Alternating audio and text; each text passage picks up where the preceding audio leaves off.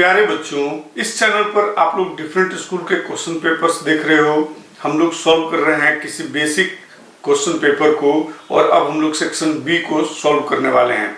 B में question number 21 देखो, B section का। In an isosceles triangle ABC if AC equal to BC and AB square equal to 2AC square then value of angle C is. ये बहुत simple है, वैसे भी आप लोग जानते हो। एक ट्रायंगल देखो, ये आइसोसेलेस ट्रायंगल ऐसे यदि हो गई और ये हम लोगों का यहाँ से ये फिगर टेढ़ी हो रही है, पर आप समझ लेना। ये मान लो बोल रहा है कि AC इक्वल टू, ये A है, ये C है और ये B है। तो यहाँ से ये साइड इस साइड के इक्वल है, ओके। और ये भी बोला है कि AB स्क्वायर, यानी यहाँ से ये हाइपोटेन्यूज है, ये हाइपोटेन्यूज इक्वल टू 2, ये दोनों साइड इक्वल है। इसका मतलब आपका राइट ऑप्शन इसमें D होगा। नेक्स्ट क्वेश्चन है क्वेश्चन नंबर 22। इसमें आप लोगों को ये फिगर दी हुई है और इसमें पूछ रहा है कि EC इस साइड की आपको वैल्यू बताना है।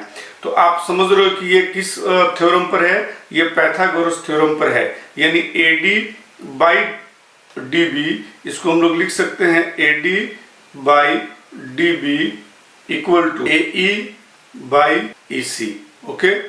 ऐसा क्यों लिख सकते हैं? क्योंकि ये आपको दिया हुआ है कि DE is parallel to BC।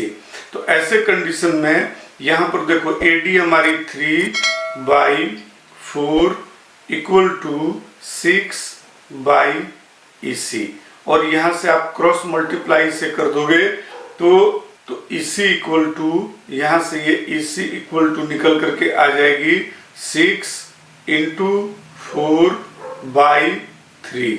अब यहाँ से इसे आप कैंसिल कर दो तो EC equal to 8 centimetre. Right answer आपका C है। क्वेश्चन नंबर 23 देखो, ये क्वेश्चन नंबर हम लोगों का 23 बोला है the perimeter of a semi circular protector whose radius is R। तो इसका राइट आंसर आपका ये D है, इसे भी आप लोग देख लेना। Next question, what is the area of a sector of a circle with radius 14 centimetre and central angle equal to 45 degree. यानी ये फॉर्मूला लगेगा सेक्टर का, थीटा बाई ये 360 डिग्री इंटू ये पाई R स्क्वायर। इस फॉर्मूले पर रखोगे तो राइट आंसर आपको मिल जाएगा B, 24 का B 77 सेंटीमीटर। नेक्स्ट क्वेश्चन देखो, क्वेश्चन नंबर 25। ये बोल रहा है कि what will be the radius of a circle whose circumference is 44। यानी सरकमफ्रेंस दिया है, यानी कि क्वेश्चन के अनुसार ये 2πr इक्वल टू ये 44 मीटर दिया हुआ है। तो यहाँ से आप रेडियस निकालोगे, कितना आ जाएगा? B is the right answer, 7 metre इसका आंसर आ जाएगा। क्वेश्चन नंबर 26 देखो, ये क्वेश्चन नंबर 26 बोला कि 1 + tan square A by cosec square A। ये बहुत ही सिंपल क्वेश्चन है और इसको हम लोग सॉल्व करेंगे तो इसका राइट आंसर D होगा, tan square A। Next question है कि if P and Q are को prime numbers then the HCF of PQ Q square and P square Q। तो HCF आपको निकालना है। इन दोनों में कॉमन हमारे पास P स्क्वायर आ रही है और हमारे पास 1Q आ रहा है, यानी राइट आंसर हम लोगों का B है, P square and Q। Next question number 28। ये बोला in an equation x + 2y equal to 9 if x equal to 5 then the value of y will be. तो वेरी सिंपल क्वेश्चन। इसमें क्या करोगे, जहां पर ये आपको x है आप वहां पर रख दो 5, क्योंकि x इक्वल टू 5 यहाँ पर ये आपको दिया हुआ, तो ये 5 और प्लस 2y इक्वल टू आपको मिल गया कितना, 9, ये दिया हुआ है। तो यहाँ से 2y equal to 9 minus 5 and 2y equal to 4 and y equal to 4/2 कर दोगे, कैंसिल होकर के equal to 2। Right answer is C। Next question देखो, क्वेश्चन नंबर 29। ये बोल रहा है कि if 2k - 1 and k is the solution of 10x - 9y equal to 12 then the value of k will be. इसको हम लोग कैसे सॉल्व करेंगे? देखो यहाँ पर ये 2k -1 एंड k इस इक्वेशन का एक सॉल्यूशन है। ओके, तो आप क्या करो, जहां पर ये x है, जैसे यहां पर हम लोग इसको लिख सकते हैं कि 10 इंटू 2k -1 2k -1 और यहाँ पर ये -9 इंटू k यानी 9k इक्वल टू 12। बस आप इसको सॉल्व कर दो तो ये कितना हो जाएगा, ये हो जाएगा 20k -10 और ये माइनस का 9k इक्वल टू 12। ओके, तो यहां से आपको देखो ये 20k -9k यानी यहाँ पर 11k इक्वल टू ये 12 और इसकी साइड आप चेंज करो इस 10 का, तो इधर आकर के ये +10 बन जाएगा।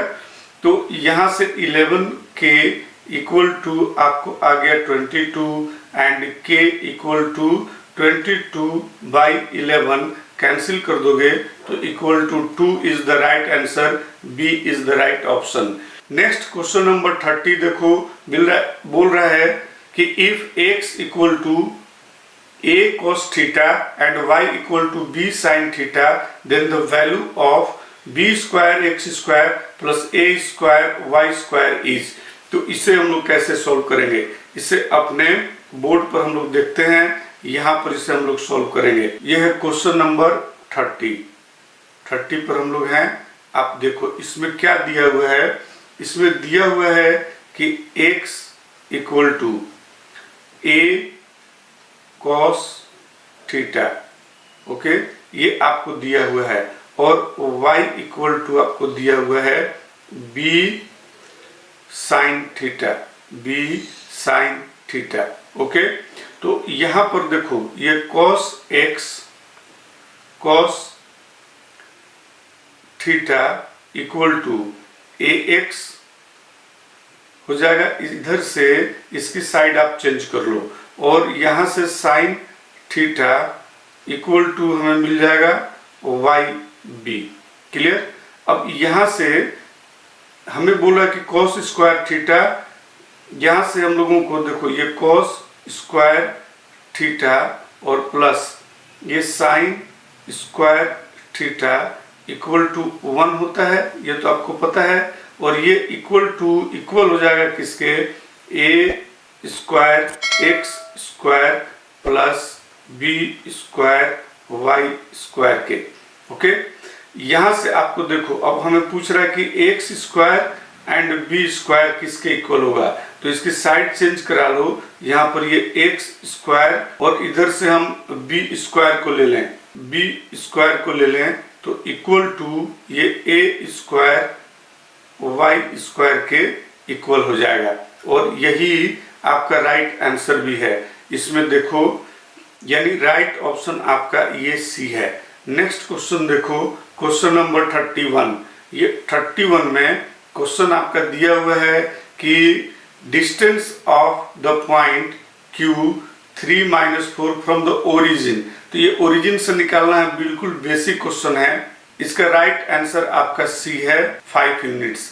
बोला if the point, next question है कि if the point C divides the line segment joining the 2 points A 26 and B 55 in the ratio 2:3 then the value of K। तो इसको हम लोग कैसे सोल्व करेंगे, ये भी बहुत इजी क्वेश्चन है। आप देखो ये कैसे लाइन ले लो और यहाँ पर हम लोगों को ये A है और ये हमारी B है और यहाँ पर ये C है मान लो। तो ये A हम लोगों को दिया है कितना, ये दिया 2 एंड 6 और B दिया है 5 एंड 1 का और C दिया हमें K एंड 4 का। अब तो आप समझ गए होंगे, इसका हम लोग कोऑर्डिनेट निकाल लेंगे तो राइट आंसर आपको मिलेगा B 16/5। नेक्स्ट क्वेश्चन देखो, बोला an event A is very unlikely to happen then its probability will be closest to, तो इसमें से सबसे कम जो है उसके क्लोजेस्ट होगी, यानी कि A is the right answer। Next है कि in linear equation ax + by + c = 0 A, B and C are, ये कौन से नंबर हैं? ऐसे में आप जानते हो कि ये रियल नंबर होती है, इसलिए हम लोग इसको टिक लगा लेंगे। ये बहुत ही बेसिक चीज है और आप जब इसका कॉन्सेप्ट पढ़ते होगे तो उसमें रियल नंबर आई होगी। प्यारे बच्चों, इस चैनल पर केवल आप लोग क्वेश्चन पेपर्स ही देख रहे हो। मैं आप लोगों के लिए डिफरेंट स्कूल के क्वेश्चन पेपर्स लेकर के आ रहा हूँ। इस चैनल को भी आप लोग सब्सक्राइब करके रखना, आने वाले समय में ये आपकी नीड बन जाएगी। ये देखो क्वेश्चन नंबर 35 बोला, if a pair of dice is thrown then probability of getting a sum of 8 will be. तो देखो सैंपल स्पेस यहाँ पर 2 पेयर ऑफ डाइस है, तो 2 डाइस हो गई, तो सैंपल स्पेस इक्वल टू 36 हो जाएगा। ओके, और अब बोला है कि प्रोबेबिलिटी ऑफ सम ऑफ 8, तो देखो सम ऑफ 8 आप पहली लाइन में देखो, वहां पर आपको मिलेगा क्या, 3 एंड 5, उससे भी पहले आ जाएगी 2 एंड 6। ओके, एक तो पेयर एक, दूसरी पेयर हो गई, और तीसरी पेयर हमें मिलेगी 4 एंड 4 का, अगली पेयर 5 एंड 3 का, और उसके बाद पेयर बनेगी 6 एंड 2 का। इसी से 8 आ सकता है, तो कितना हो गया, 1 2 3 4 एंड 5, यानी 5/36 इसका राइट आंसर है।